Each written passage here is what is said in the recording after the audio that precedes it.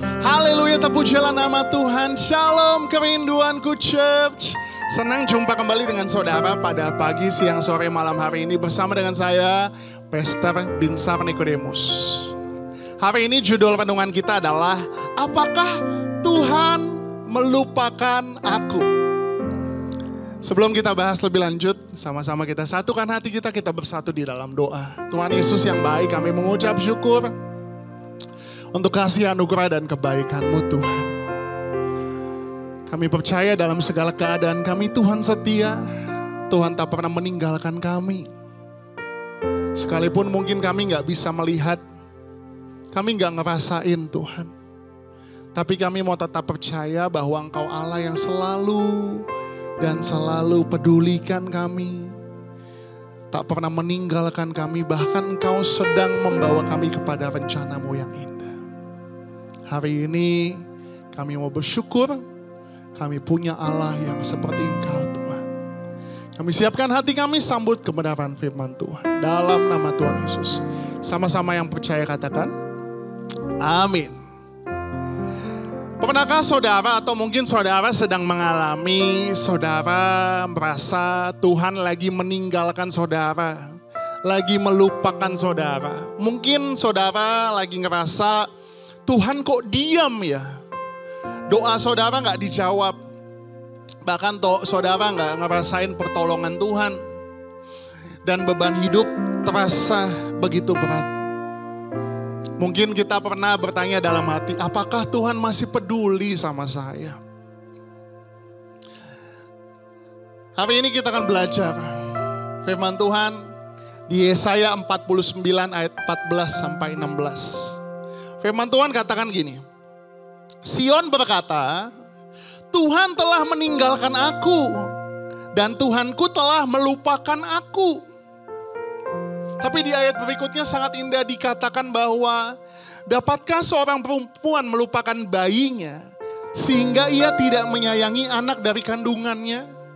Sekalipun dia melupakan, aku Tuhan tidak akan melupakan engkau.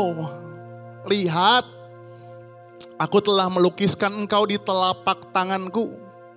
Tembok-tembokmu tetap di ruang mataku. Bangsa Israel pada waktu itu sedang ada di dalam pembuangan.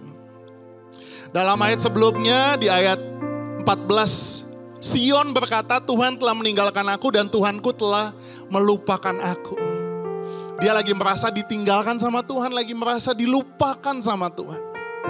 Tapi Tuhan menjawab dengan kasih yang luar biasa. Tuhan jawab, lihat, aku menuliskan engkau di telapak tanganku. Hari ini kita kembali diingatkan, apapun keadaan saudara, Tuhan tidak pernah meninggalkan setiap umatnya.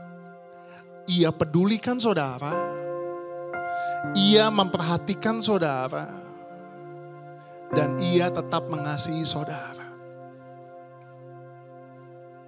Kita akan belajar. Firman Tuhan dengan sangat indah mengatakan, aku telah melukiskan engkau di telapak tanganku. Dalam budaya Timur Tengah kuno, telapak tangan adalah tempat yang sensitif dan pribadi. Kata melukiskan dalam bahasa Ibrani juga bisa diartikan sebagai mengukir secara permanen. Bukan gambar sementara, melainkan sesuatu yang tidak bisa dihapus. Artinya apa sih? Artinya ketika Tuhan katakan, aku melukiskan kau di telapak tanganku.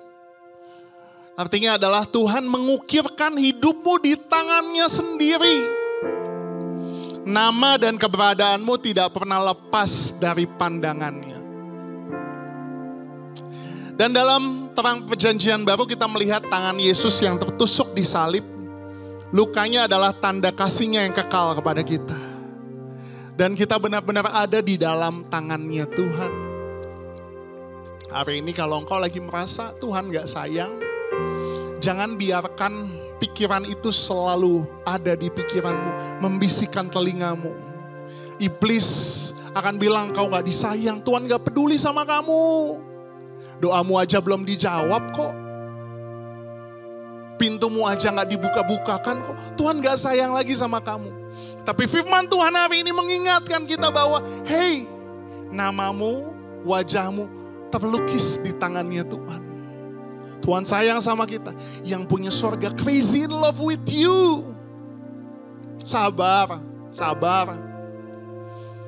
Tetap beriman, tetap percaya bahwa Tuhan pedulikan. Engkau ada di dalam tangannya Tuhan.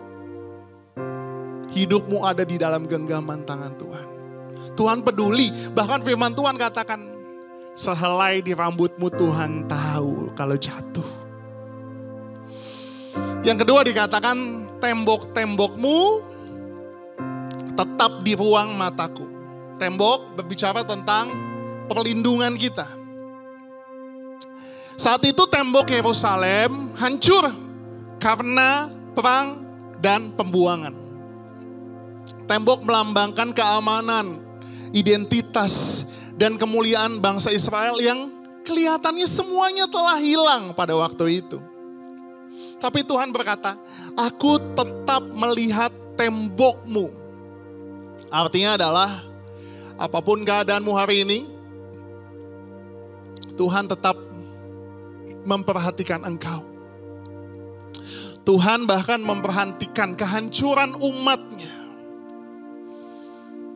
Ini adalah janji bahwa Tuhan tetap pedulikan engkau. Tuhan tetap mengawasimu.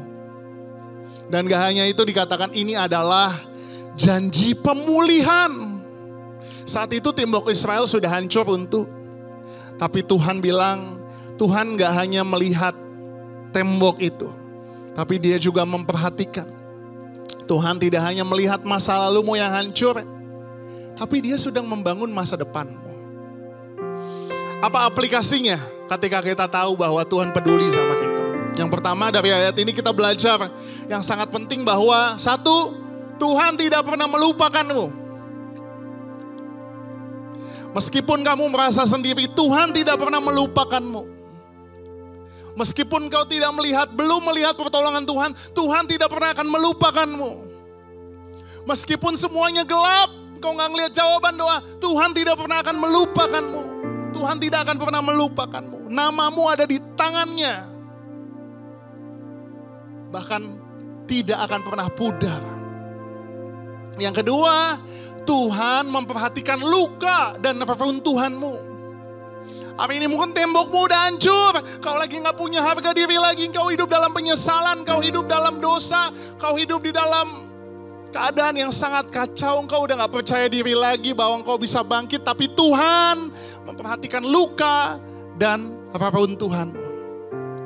Hari ini tembok apa yang runtuh dalam hidupmu? Keluargamu, hubunganmu, ekonomimu, nama baikmu lagi hancur, imanmu lagi hancur. Tapi semuanya tetap di hadapan mata Tuhan. Tuhan gak ngelupain itu dan Tuhan tidak acuh. Dia peduli dan dia siap memulihkan.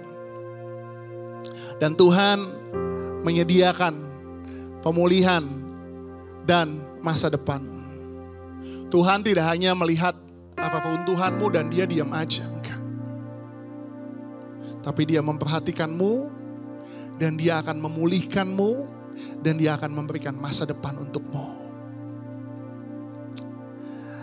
Hari ini Tuhan berbicara, aku tidak melupakanmu. Aku tidak meninggalkanmu. Engkau ada di tanganku. Dan aku pedulikan engkau. Hari ini maukah engkau kembali percaya? Sekalipun kau udah putus asa, tapi maukah engkau kembali percaya? Sekalipun kau udah hancur, udah runtuh, tapi maukah engkau kembali untuk bangkit? Karena engkau tahu engkau punya Tuhan yang setia. Hari ini yuk, serahkan kembali hidupmu kepada Dia yang mengukir wajahmu di tangannya. Sama-sama kita mau datang sama Tuhan. Ini yang menjadi iman kita. Apapun keadaanmu hari ini. Haleluya. Tuhan selalu menolongku, selalu menjagaku,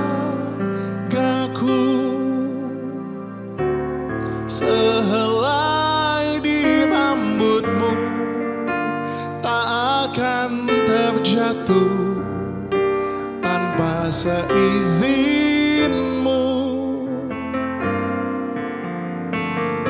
Tuhan selalu menolongku,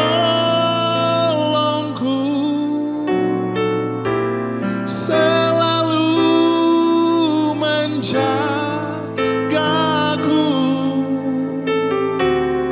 Dia mengenyangkanku dan peliharaku seumur hidupku. Hari ini apapun keadaanmu, di tengah keputusasaanmu, di tengah kesendirianmu, Tuhan kembali datang dan berkata, "Hei, aku pedulikan kamu. Aku tidak melupakanmu. Wajahmu terukir di dalam tanganku. Aku memperhatikan tembok-tembokmu. Engkau ada di dalam pengawasanku." Mungkin hari ini tembok-tembokmu sudah runtuh, bahkan sudah rata dengan tanah kondisimu. Tapi Bapamu yang di sorga tahu, peduli, dan Dia mau memulihkanmu. Apa yang sudah hancur, apa yang sudah jatuh, keluargamu, ekonomimu, hubunganmu, nama baikmu, kesehatanmu, apapun itu, kembali beriman sama Tuhan. Dia yang sanggup memulihkanmu. Dalam nama Tuhan Yesus. Tuhan, terima kasih Engkau tak pernah melupakan kami. Bahkan dalam setiap luka dan pergumulan kami, Engkau tetap peduli. Tolong kami untuk tetap percaya bahwa tangan-Mu memegang hidup kami dan wajah kami terukir di dalam tangan-Mu. Dalam nama Tuhan Yesus, kami berserah dan berharap hanya kepada-Mu. Amin.